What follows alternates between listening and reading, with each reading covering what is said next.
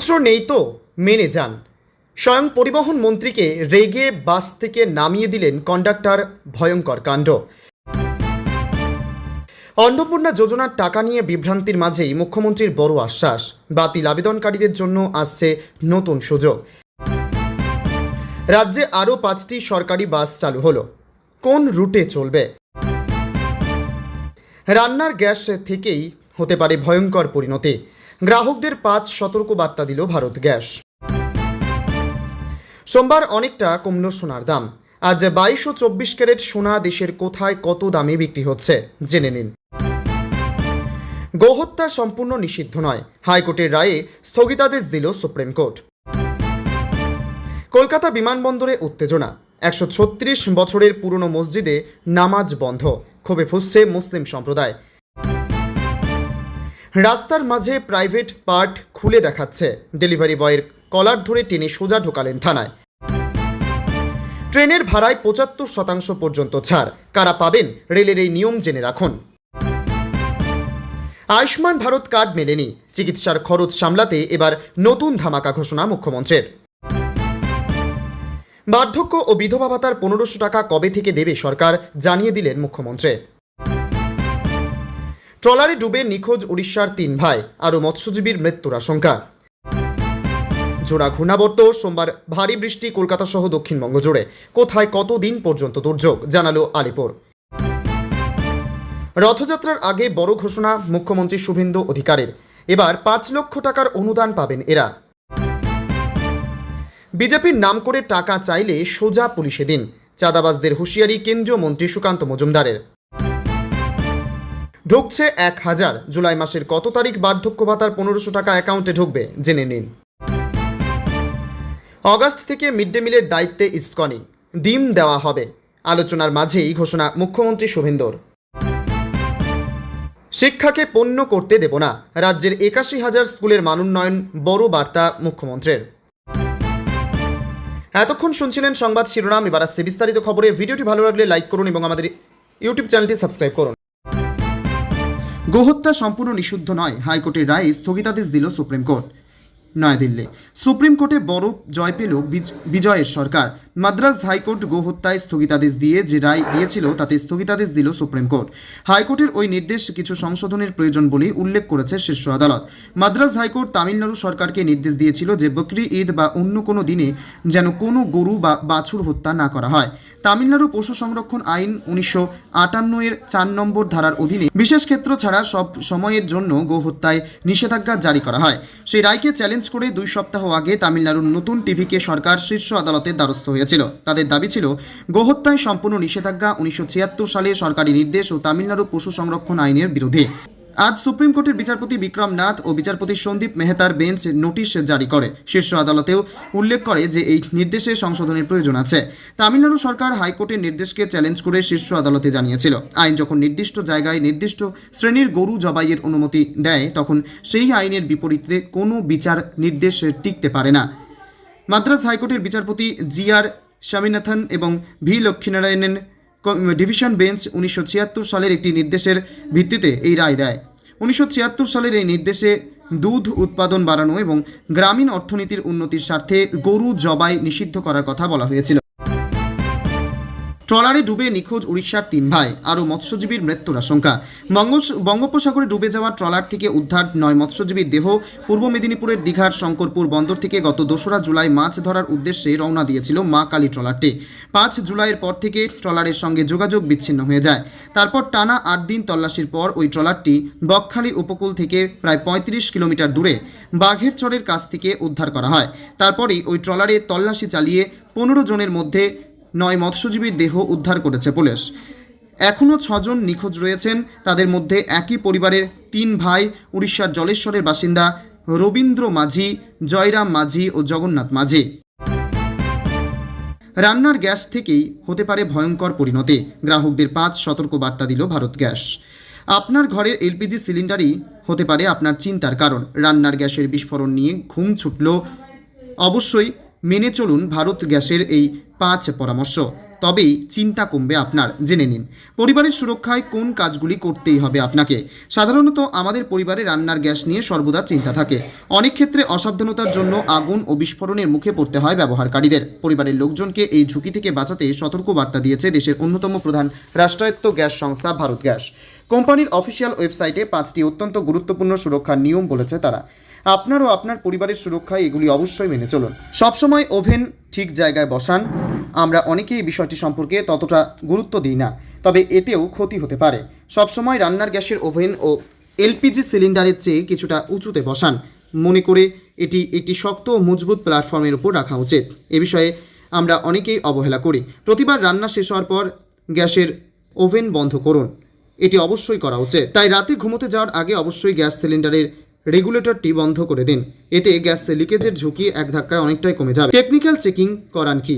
নিয়ম মেনে আপনার বাড়ির সম্পূর্ণ এলপিজি কানেকশন ও ইনস্টলেশন প্রতি 5 বছর অন্তর একজন রেজিস্টার্ড ও দক্ষ টেকনিশিয়ানকে দিয়ে অবশ্যই পরীক্ষা করিয়ে নিন, না হলে আপনি সমস্যায় পড়তে পারেন। গ্যাসের গন্ধ পেলে কি করবেন? রান্নাঘরে গ্যাসের তীব্র গন্ধ পেলে সবার আগে রেগুলেটরটি বন্ধ করুন। সেই সময় ভুলেও কোনো ইলেকট্রিক সুইচ অন বা অফ করবেন না, কোনো ইলেকট্রিক ডিভাইস ব্যবহার করবেন না। সঙ্গে সঙ্গে আপনার গ্যাস ডিস্ট্রিবিউটর বা হেল্পলাইনে খবর দিন। গ্যাস লিক হলে আতঙ্কিত না হয়ে এই কাজগুলি করুন। আমরা অনেকেই গ্যাসের গন্ধ পেলে আতঙ্কিত হয়ে পড়ি। সেই সময় মাথা ঠান্ডা রেখে ঘরের সব দরজা ও জানালা খুলে দিন। এতে ঘরের ভেতরে জমে থাকা গ্যাস বাইরে বেরিয়ে যাবে। এই সময় দেশলাই, লাইটার জ্বালানো বা কোনো ইলেকট্রিক প্লাগ ও সুইচ হাত দেওয়া সম্পূর্ণ নিষিদ্ধ। দ্রুত ঘর থেকে বের হয়ে নিরাপদ দূরত্বে যান এবং অবিলম্বে গ্যাস এজেন্সি অথবা ইমার্জেন্সি হেল্পলাইন নম্বরে যোগাযোগ করুন। কলকাতা বিমানবন্দরে উত্তেজনা। 136 বছরের পুরনো মসজিদে নামাজ বন্ধ, ক্ষোভে ফুঁসছে মুসলিম সম্প্রদায়। নিরাপত্তার কারণ দেখিয়ে ও বিসিএস এর আপত্তির মুখে অবশেষে কলকাতা বিমানবন্দরের ভেতরে অবস্থিত 136 বছরের পুরনো গৌরীপুর জামা মসজিদে প্রবেশের ওপর অনির্দিষ্টকালের নিষেধাজ্ঞা জারি করল বিমানবন্দর কর্তৃপক্ষ। এই সিদ্ধান্ত ঘিরে সংশ্লিষ্ট এলাকায় তীব্র অসন্তোষ ও উত্তেজনা সৃষ্টি হয়েছে। অচলাবস্থার নেপথ্যে রাজনৈতিক চাপানোতর। এই ঘটনায় সরব হয়েছেন প্রাক্তন মন্ত্রী ও জমিয়ত উলেমাই হিন্দের পশ্চিমবঙ্গ শাখার সভাপতি সিদ্দিকুল্লাহ চৌধুরী। তিনি এ বিষয়ে বিমানবন্দর পরিচালকের কাছে লিখিত ব্যাখ্যা চেয়েছেন। অন্যদিকে বিজেপি বিধায়ক সৌরভ সিকদারের দাবি, এই মসজিদটি সেকেন্ডারি রানওয়ে সম্প্রসারণের ক্ষেত্রে বড় বাধা। তিনি অভিযোগ করেন, মসজিদ কমিটিকে একাধিকবার বিকল্প জায়গার প্রস্তাব দেওয়া হলেও তারা তা প্রত্যাখ্যান করেছে। বিষয়টিতে সরব হয়েছেন কেন্দ্রীয় মন্ত্রী সুকান্ত মজুমদারও। তিনি তোষণ রাজনীতির অভিযোগ তুলে প্রশ্ন তুলেছেন, মসজিদ স্থানান্তরে এত সমস্যা কিসের? ভবিষ্যৎ কি? বিমানবন্দর কর্তৃপক্ষের মতে নিরাপত্তার স্বার্থে শুধুমাত্র এর ভিত্তিতে প্রবেশাধিকার দেওয়া যুক্তিসঙ্গত নয়। এখন নতুন কোনো পাস ব্যবস্থা চালু করা হবে নাকি জনসাধারণের প্রবেশাধিকার স্থায়ীভাবে বন্ধ করে দেওয়া হবে তা নিয়ে ঊর্ধ্বতন কর্তৃপক্ষের নির্দেশের অপেক্ষায় বিমানবন্দর প্রশাসন। জোড়া ঘূর্ণাবর্ত। সোমবার ভারী বৃষ্টি কলকাতা সহ দক্ষিণবঙ্গ জুড়ে। কোথায় কতদিন পর্যন্ত দুর্যোগ জানালো আলিপুর। হরিয়ানা, উত্তরপ্রদেশ, বিহার হয়ে বর্ষাকালীন অক্ষরেখা এখন অসমের দক্ষিণ প্রান্ত পর্যন্ত বিস্তৃত।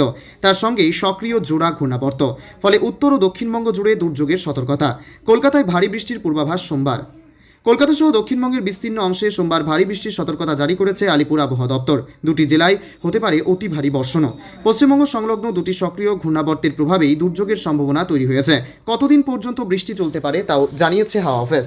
হরিয়ানা, উত্তরপ্রদেশ, বিহার হয়ে বর্ষাকালীন অক্ষরেখা এখন অসমের দক্ষিণ প্রান্ত পর্যন্ত বিস্তৃত। উত্তর পূর্ব বিহার ও আশপাশের অঞ্চলের ওপর একটি ঘূর্ণাবর্ত রয়েছে।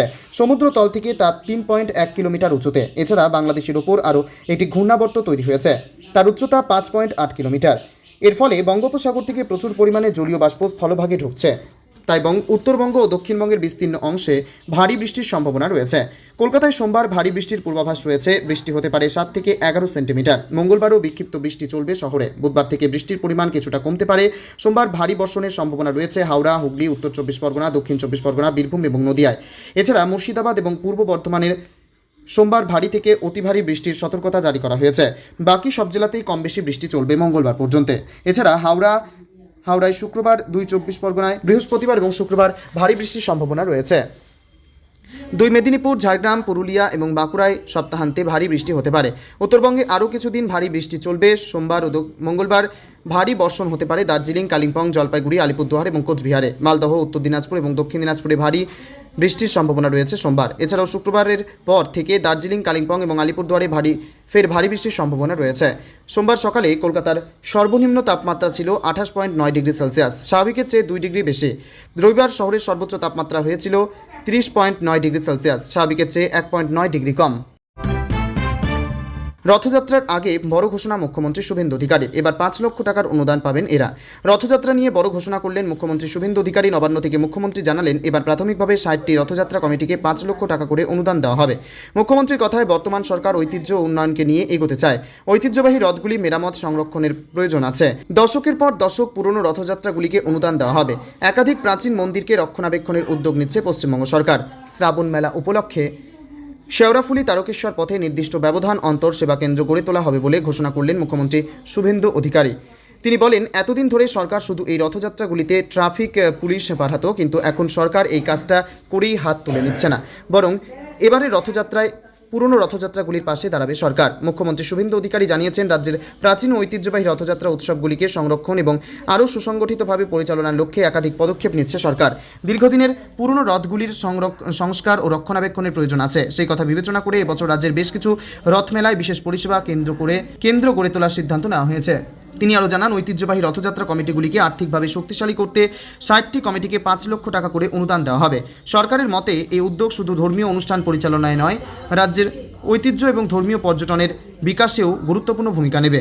2026 সালের রথযাত্রা বাংলা পঞ্জিকা অনুযায়ী দিনটি আষাঢ়ের শেষ দিন। পঞ্জিকা অনুসারে দ্বিতীয়া তিথি শুরু হচ্ছে 16 জুলাই 2026, দুপুর 1:46 তিথি আরম্ভ। দ্বিতীয়া তিথি শেষ হচ্ছে 17 জুলাই 2026 সকাল 11:44। সোমবার অনেকটা কমল সোনার দাম। আজ 22 ও 24 ক্যারেট সোনা দেশের কোথায় কত দামে বিক্রি হচ্ছে জেনে নিন। সপ্তাহের প্রথমেই সোমবার এক লাফে অনেকটা কমল সোনার দাম। 13 জুলাই কততে বিক্রি হচ্ছে হলুদ ধাতু জেনে নিন। 22 ও 24 ক্যারেট সোনা কলকাতা সহ দেশের বড় শহরগুলিতে কত দাম যাচ্ছে। সপ্তাহের প্রথমে সোমবার এক লাফে অনেকটা কমল সোনার দাম। 13 জুলাই কমতে বিক্রি হচ্ছে হলুদ ধাতু জেনে নিন। 22-24 ক্যারেট সোনা কলকাতা সহ দেশের বড় শহরগুলিতে কত দাম যাচ্ছে। কলকাতায় আজ সোনার দাম 24 ক্যারেট 1 গ্রাম সোনার দাম 14,291। গতকালের থেকে 142 টাকা কমলো। 10 গ্রাম সোনার দাম 1,42,910 টাকা, গতকালের থেকে 1,420 টাকা কমলো। 100 গ্রাম সোনার দাম 1,429। 22 ক্যারেট 1 গ্রাম সোনার দাম 100 গ্রাম সোনার দাম 1,31,000 টাকা, গতকাল থেকে 13,000 টাকা কমলো। 18 ক্যারেট 1 গ্রাম সোনার দাম 10,718 টাকা, গতকালের থেকে 107 টাকা কমলো। 10 গ্রাম সোনার দাম 1,71,080 টাকা, গতকাল থেকে 1,070 টাকা কমলো। 100 গ্রাম সোনার দাম 1,71,800 টাকা, গতকালের থেকে 1,700 টাকা কমলো। 24 ক্যারেট প্রতি 10 গ্রাম সোনার দাম 1,42,910 টাকা, গতকালের থেকে 1,420 টাকা কমলো। 22 ক্যারেট প্রতি 10 গ্রাম সোনার দাম 1,31,000 টাকা, গতকালের থেকে 1,300 টাকা কমলো। 18 ক্যারেট প্রতি 10 গ্রাম সোনার দাম 1,71,080 টাকা, গতকালের থেকে 1,070 টাকা কমলো। 24 ক্যারেট প্রতি 10 গ্রাম সোনার দাম 1,44,000 টাকা, গতকালের থেকে 1,090 টাকা কমলো। 22 ক্যারেট প্রতি 10 গ্রাম সোনার দাম 24 ক্যারেট প্রতি 10 গ্রাম সোনার দাম 1,42,960 টাকা, গতকালের থেকে 1,420 টাকা কমলো। 22 ক্যারেট প্রতি 10 গ্রাম সোনার দাম 1,31,050 টাকা, গতকালের থেকে 1,300 টাকা কমলো। 18 ক্যারেট প্রতি 10 গ্রাম সোনার দাম 1,72,030 টাকা, গতকালের থেকে 1,070 টাকা কমলো।